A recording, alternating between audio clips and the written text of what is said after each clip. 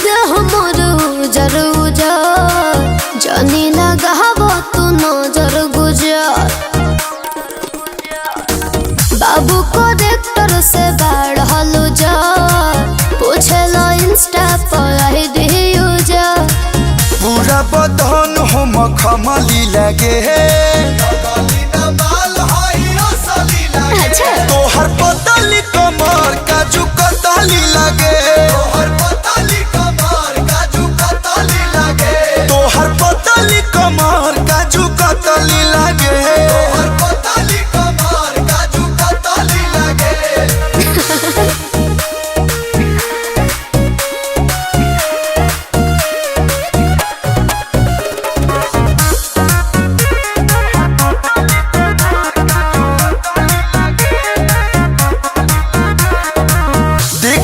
हो जानी गच हो मारलू जे आँख का चकोच हो अरे एक बेरी करे द टच हो खुश को तो हमके भेरी मच हो।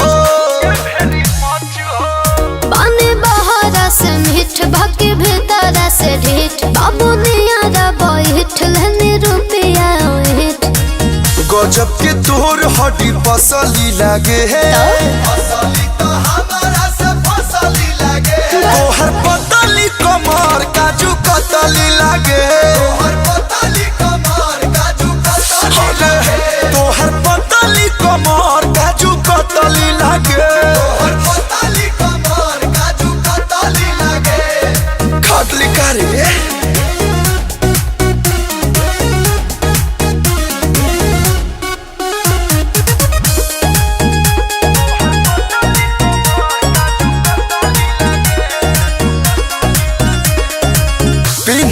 हाई हिल जूती हो लागे ललकी मारुति हो लागल जवनिया में लूती हो बोलो न कोई से बूती हो।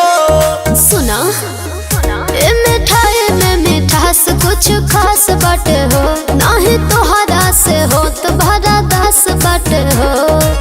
कलू अभी न हो पापा रसली लगे तोहर पतली कमर काजू कतली लगे तोहर पतली कमर काजू कतली लगे हो तोहर पतली कमर काजू कतली लगे तोहर पतली कमर काजू कतली लगे कोनो मिलावट नहीं है। अच्छा